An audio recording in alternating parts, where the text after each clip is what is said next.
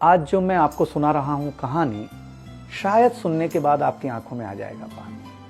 ये कहानी लगन, समर्पण, निष्ठा और साथ की है। ये कहानी जितनी मेरी है उतनी ही आपकी है। इस कहानी का जो मुख्य किरदार है वो हमारे आपके जीवन का आधार है। वो आपके लिए ज्यादा, अपने लिए कम बनी है। हाँ जी, बिल्कुल सही समझ रहे हैं आप। वो हमारे आपकी पत्नी है। वो हमारी आपकी पत्नी है। कभी आपने सोचा कि वो आप एक के साथ रिश्ता जोड़ा था, लेकिन एक के साथ रिश्ता जोड़ने के लिए उसने घर, गली, आंगन, मोहल्ला, सखी, सहेली, माँ बाप, न जाने कितनों रिश्तों से अपना मुंह मोड़ा था।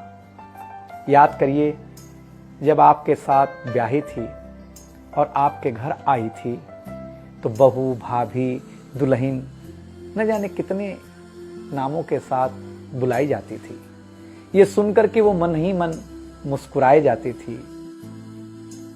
घर के सारे लोग उसी के भरोसे रहते थे।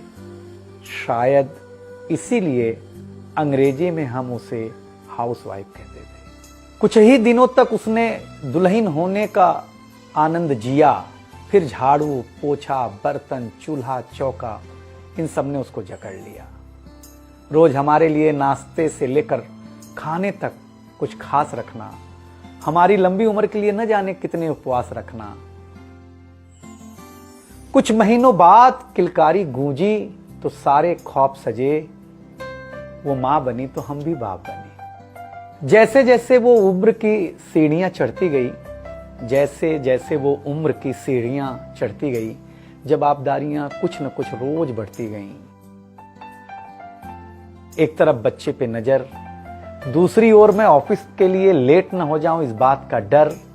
सब कुछ बराबर हो, कुछ रह न जाए, और इस बात पर भी ध्यान कि गैस पर रखा हुआ दूध कहीं बह न जाए।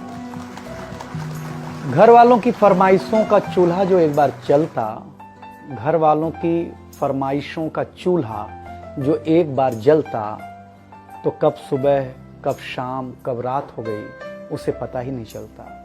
इन व्यस्तताओं के बीच समय का चक्र कुछ इतना तेजी से चला, मुन्ना कब मनोज हो गया, मुन्नी कब सुमन, पता ही नहीं चला। अब तक जो था प्यार, अब उसने अपना नाम बदल करके रख लिया था तकरार। बेटी को लेकर के कहना कि कुछ ज्यादा ही मन बढ़ा रखा है, तुम्हारे प्यार ने इसको सर पे चढ़ा रखा है। अब तो वो मुझे भी देने लगी थी ताना, ऑफिस में ही रहा करो ना, 2-4 घंटे के लिए घर के आना। शादी के इतने दिनों बाद भी आज भी हमें सुनना पड़ता है कि न जाने कौन सा पाप किया था जो आपके साथ ब्याह किया था। और ये तो रोज की थी कहानी। कितना जोर से कहना कि घर के सारे सदस्य सुन लें कि एक दिन बीमार होती हूं ना, तो एक दिन बीमार होने पर किसी को कोई देता नहीं है 1 गिलास पानी, लेकिन जैसे ही उसे आपके तबीयत खराब होने का होता आभास, आकर के बैठ जाती थी आपके पास। याद तो होगा ना, वो मीठी बातों के साथ माथे पर विक्स लगाना और साथ में कान में यह भी कहना कि कल सुबह अगर अच्छा ना लगे तो फिर ऑफिस मत जाना। लेकिन एक दिन समय ऐसे मोड़ पर ले आता है जहां बदल जाता है जिंदगी का ताना बाना। थाली में रोटी रखते हुए उसका ये कहना कि बेटी जवान हो गई है, क्या अब लड़का भी मुझे ही ढूंढने होगा जाना। शादी तय हो जाने के बाद 1-1 रुपया जोड़ना, पैसे कम पड़ने पर खुद का कंगन तोड़ना, सब कुछ हो जाएगा मुझे ढाढ़स बढ़ाना, सब कुछ हो जाएगा मुझे ढाढ़स बढ़ाना। विवाह का गीत खुद रोते हुए गाना। याद तो होगा ना आप लोगों को ये गुजरा हुआ जमाना।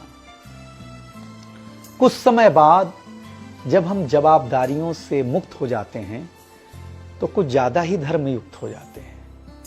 उम्र के अंतिम पड़ाव पर हम बीमारियों के बीच जीने लगे हैं। बिना शक्कर की चाय पीने लगे हैं। लेकिन सच ये है कि जब तक हमारी आपकी पत्नी साथ है, चाय मीठी हो न हो, लेकिन जिंदगी में पूरी मिठास है।